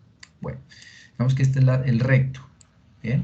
La próstata es una glandulita, ¿cierto? Que estaría como por acá. Cuando esa glándula se inflama, es decir, cuando hay una prostatitis, miren, entonces se inflama, ¿bien? Claro, uno al palpar con el dedo, ¿bien? Siente uno, obviamente, digamos, ese anillo a través de la mucosa y esa inflamación, ¿qué hizo acá? Pues miren, me generó una estenosis y entonces la salida de las heces, pues no es tan normal, ¿cierto? Entonces, pues se genera parte de esa constipación, como que le sale con dificultad y briega y se acumula mucho la materia fecal acá. ¿Por qué? Porque hay una prostatitis, ¿cierto? Que me está comprimiendo, que me está generando mecánicamente, pues que se cierre un poco ese lumen del recto, ¿cierto? Esa luz del recto. Tumores también pueden hacer esto, ¿cierto? Que se cierre. La preñez también en hembras. Porque recuerden que una preñez que hace muchas veces, pues comprime parte de otras vísceras para buscar espacio. Entonces comprime y entonces se le dificulta un poquito más al defecar. Y eso se ve en todas las especies, ¿cierto? Hay un poco de estreñimiento y constipación durante la preñez. Fracturas, ¿cierto? Igual, entonces una fractura de la pelvis pudo haber hecho también un daño mecánico y entonces evita que salgan las heces. Bien. Y pues, finalmente, bueno, las musculares que están asociadas muchas veces a algún tipo de proceso metabólico, ¿no? Entonces, desnutrición, ¿cierto? Miren, enfermedades carenciales o hipopotasemia, hipercalemia, que dentro de su mecanismo normal y funcionamiento fisiológico, pues pueden alterar perfectamente la función normal del recto y del peristaltismo para facilitar la evacuación de las heces, ¿listo? O la atonía del colon. ¿Qué es atonía? Recuerden, ausencia, ¿cierto? De tono, es decir, no hay tono en el colon, no, o sea, no tiene movimiento. Y eso hace que, pues, que la materia fecal se quede ahí, ¿cierto? Se quede ahí y no salga. Bueno, finalmente, ya, la última, la ictericia. La ictericia también, sí, la ictericia es otro de esos hallazgos, ¿no? Llega un animal con ictericia. Aquí hay que contemplar algo, ¿bien? La ictericia, pues siempre ahí está muy patognomónica a lesiones hepáticas, ¿cierto? Lesiones hepáticas. Pero ojo, ojo, lesiones que pueden ser metabólicas, pueden ser infecciosas. Bien, entonces aquí que hay que contemplar con el tema de la ictericia. Nos metemos un poco en endocrino con la evaluación y hepática, ¿cierto? Y es que pueden haber lesiones prehepáticas, hepáticas y posthepáticas. ¿Cómo es eso? Sí, miren, las lesiones prehepáticas, ¿bien? Y es que están, o sea, afectaron el hígado, pero por un proceso subyacente. Entonces, ejemplo, miren, una parasitosis, la babesiosis, la ehrlichiosis, que son hemoparásitos, ¿cierto? Y entonces van a alterar muchas de las funciones orgánicas, dentro de ellas el hígado. Entonces son prehepáticas, ¿no? Fueron previas a y alteraron obviamente la función del hígado. Las anemias hemolíticas, las transfusiones en el caso de que se den, pues también, porque en la sangre puede haber muchas cosas y alteran, pueden dañar el hígado, pero sí me hago entender que fue a raíz de una alteración subyacente. Las hepáticas ya son las que son directamente sobre el parénquima hepático, ¿sí? Las hepatitis, pues claro, está infectado, está inflamado el hígado, ¿cierto? Entonces hepatitis infecciosas. Miren, leptospira, que la han oído, ¿cierto? Una bacteria zoonótica se nos pasa a nosotros, neoplasias en el hígado, entonces son hepáticas, son propias del órgano, ¿bien?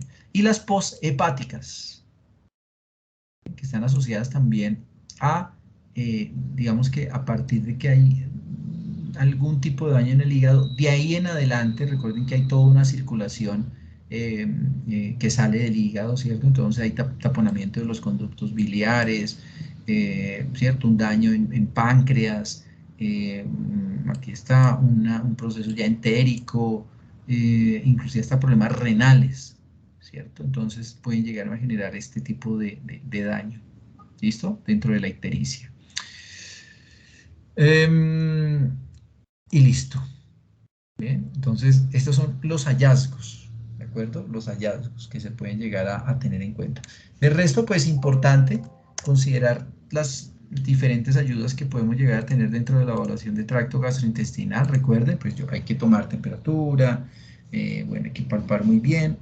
Si necesito ayudas o parámetros paraclínicos, pues importante tener claro que le podemos tomar radiografía, podemos hacer ecografía intestinal, puedo hacer exámenes de laboratorio, ¿cierto? Podemos tomar coprológicos, coproparasitológicos, bueno, en fin, muchos de esos paraclínicos que me ayudan a identificar qué puede llegar a tener el animal desde el punto de vista de tracto gastrointestinal. ¿Listo? Perros y gatos, realmente no cambia mucho la palpación, obviamente el manejo que vamos a hacer, si es un gato, pues también, y la ubicación exacta de esas vísceras intraabdominales para saber qué efectivamente es lo que estamos palpando, lo que estamos tocando. Bien, y listo. Esa es la evaluación de tracto gastrointestinal. No sé si hay alguna pregunta, alguna duda.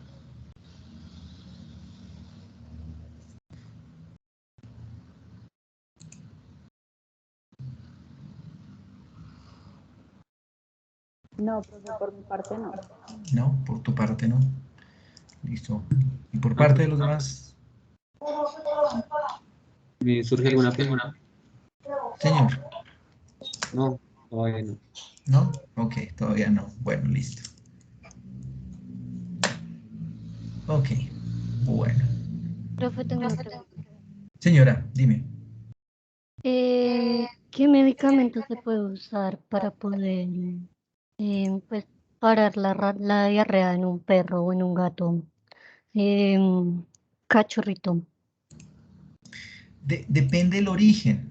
¿Listo? Depende del origen. Ujú. Personalmente, enviar antidiarreicos inespecíficos, generalmente, pues, a mí por lo menos no me gusta, ¿bien? Porque tenemos que saber la etiología de la diarrea, ¿bien? En algunos casos, al yo mandar, ¿cierto? Sí, al estarme enviando algún tipo de antidiarreico inespecífico, lo que hace es enmascarar eh, posiblemente el origen, ¿bien? Y después va a ser mucho más complejo de tratarlo. Entonces, ¿qué hay que controlar? Y esa es una buena pregunta, ¿no? ¿Qué hay que controlar? La deshidratación. Ya sabemos que se puede producir deshidratación, entonces son más las lesiones, ¿cierto? O tratarlo de manera sintomática hasta que se averigüe exactamente cuál es la causa.